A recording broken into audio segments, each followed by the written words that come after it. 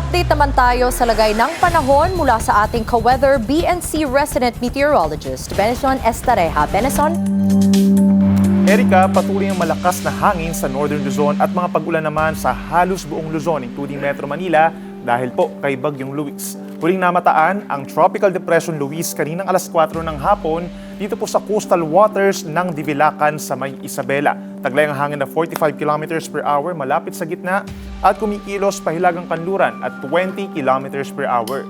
Nabuo po si Luis Sabado ng gabi bilang ika-12 bagyo sa bansa ngayong 2026 at una naman sa buwan ng Agosto. Base sa latest track ng Pag-asa, mananatili pong nasa vicinity ng Eastern Isabela ang sentro nitong si Bagyong Luis sa Magdamag, habang sheared or nakahiwalay naman yung mga kaulapan nito sa mismong landmass ng Luzon. Typical po ang ganitong senaryo kapag mahina ang isang bagyo. Bukas, Martes ng gabi, magsisimula ng lumihis ng direksyon ng bagyo, pahilagang silangan o palayo ng kalupaan sa katuluyang hihina sa Philippine Sea bilang low pressure area. Bukod kay Luis, isa pang bagyo na may international name na Dolphin ang binabantayan ng Pag-asa sa hilagang bahagi ng Pacific Ocean. Namataan po itong si Typhoon Dolphin, 2,610 kilometers east-northeast ng extreme northern Luzon. May taglay na hangin na 150 kilometers per hour, higit na malakas kumpara dito kay Bagyong Luis, at kumikilos pa west-northwest at 25 kilometers per hour sa direksyon ng Ryukyu Islands dito po sa may southern Japan. Base sa analysis ng Pag-asa, hindi po ito magla-landfall sa Pilipinas at maliit pa sa ngayon ang tsansa na pumasok ito ng ating PAR.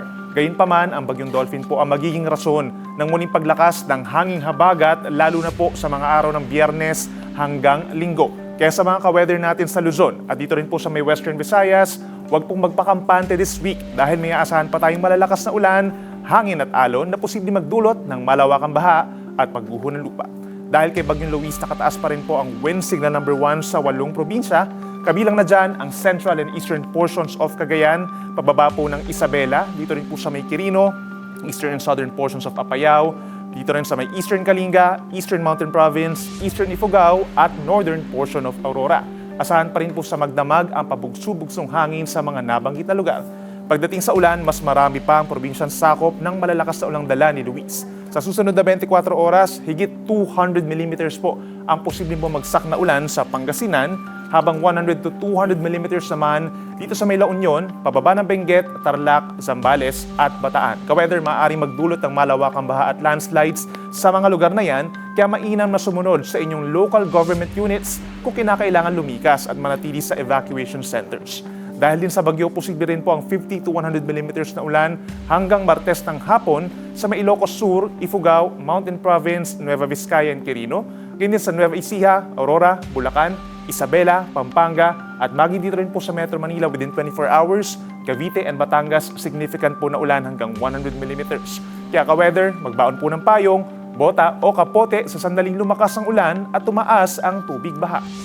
Bukas August 4, araw ng Martes, ihanda pa rin ang inyong payong dahil mananatiling mataas ang tsansa ng ulan sa halos buong Northern Luzon, pababa ng Central Luzon, Metro Manila, Calabarzon hanggang dito sa may Occidental Mindoro dahil nasa pinagsamang epekto ng habagat at Bagyong Luis. Hanggang sa gabi na po iyan. Habang dito sa may Bicol at natitirang bahagi ng Mimaropa, including Palawan, medyo maaraw pa naman sa umaga, subalit magsisimula na rin po umulan sa hapon at maaaring dumalas at lumakas pa ang ulan pagsapit ng gabi.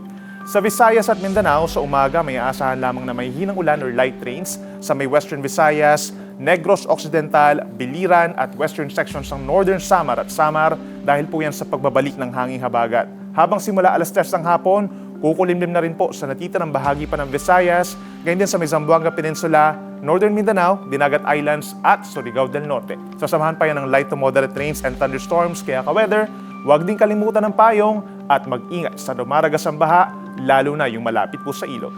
At yan muna napapanahong balita ngayong Lunes. Ako po si Benison Estareja. Mag-ingat po mga ka-weather.